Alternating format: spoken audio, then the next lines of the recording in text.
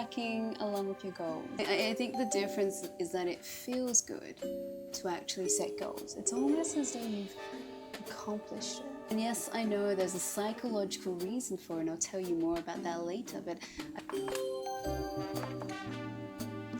feel a bit flat. Yeah, because now I actually have to do the work. And so do you.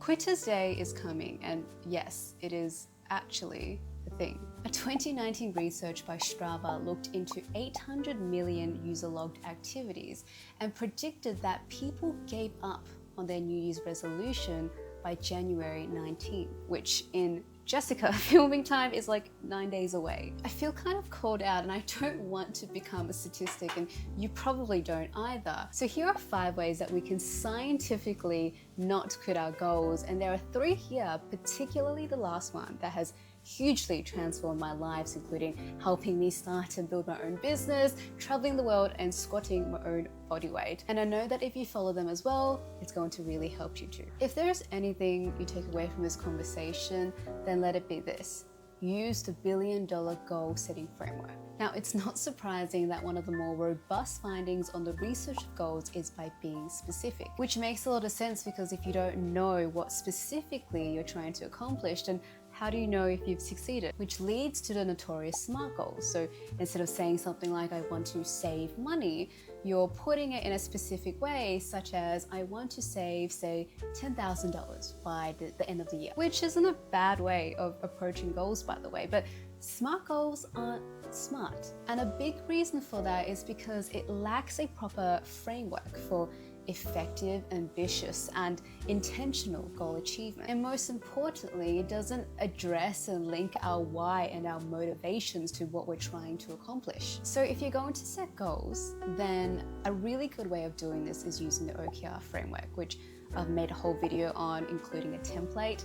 And this is a proven, simple framework. It is one used by Google, Netflix, Intel, a whole bunch of companies. And look, if it's good enough for $1 billion company, then it's good enough for me and you. You can implement this by watching my OKR video and using the template, which I'll link down in the description below. So the next one here is very interesting, and it's to set approach-oriented goals. This 2020 experiment on New Year's resolution found that setting approach-oriented goals were a lot more effective and more successful than avoidance-oriented goals. So approach-oriented goals focus on approaching a positive outcome, whereas an avoidance-oriented goals focus on avoiding a negative outcome. Instead of setting a goal like, I don't want to eat fast food every day, because that is, avoiding something, orientate that to, I want to cook nutritious homemade meals every single day. Basically, focus on what you want instead of what you don't want. And if you do that, then you are, according to this research anyway, 58.9% more likely to achieve your goal. Look, if there's anything you're going to want to take advantage of, let it be taking advantage of every quarter. So there is this psychological phenomenon called the fresh start effect. This basically refers to the increased motivation that we feel at the start of any new time-based milestone. It's the reason why we feel so compelled to renew our goals at the start of a new year, when in reality, you can actually set goals any time of the year. And don't fall into the trap of setting yearly goals.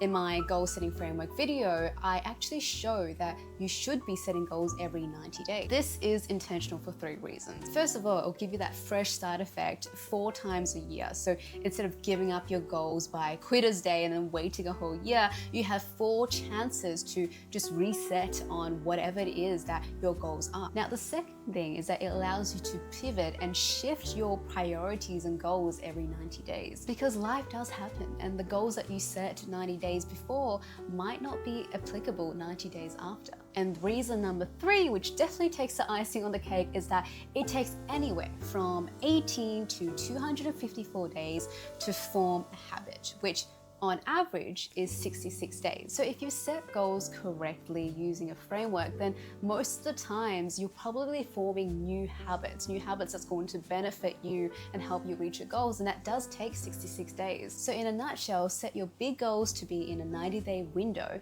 and then reverse engineer that to see what you need to do daily, weekly, monthly to be able to hit your goals. So this next tip has helped me tremendously in the past, and that is to visualize failure.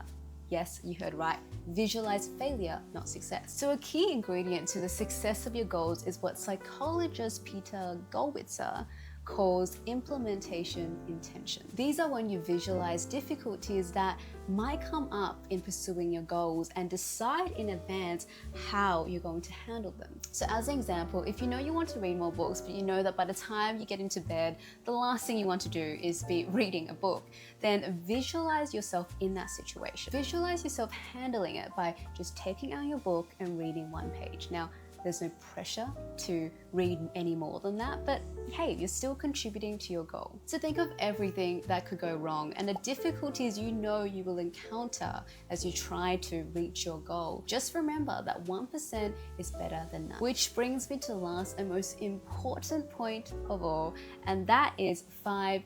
The tortoise did beat the hare for a reason. Look, I know we live in a society where hustle culture and speed is just so prominent, but I think we can take away some lessons from a very enlightening, although limited study on The Biggest Loser contestants, where in a nutshell, former contestants who would lose a substantial amount of weight rarely kept it off in the long term. And look, I know this is an extreme example, but it does bring me back to tip number 1 of using objective key results. Your objectives should be ambitious and exciting, but not so much so where they are extreme, unachievable, or unsustainable, which can be highly demotivating. We want to trick our brains into staying motivated. In fact, the act of setting a goal releases the neurotransmitter dopamine and motivates you to take productive action. Not only that, but dopamine also spikes when we are close to achieving our goal. So set objectives that are exciting and challenging, and then use reasonable,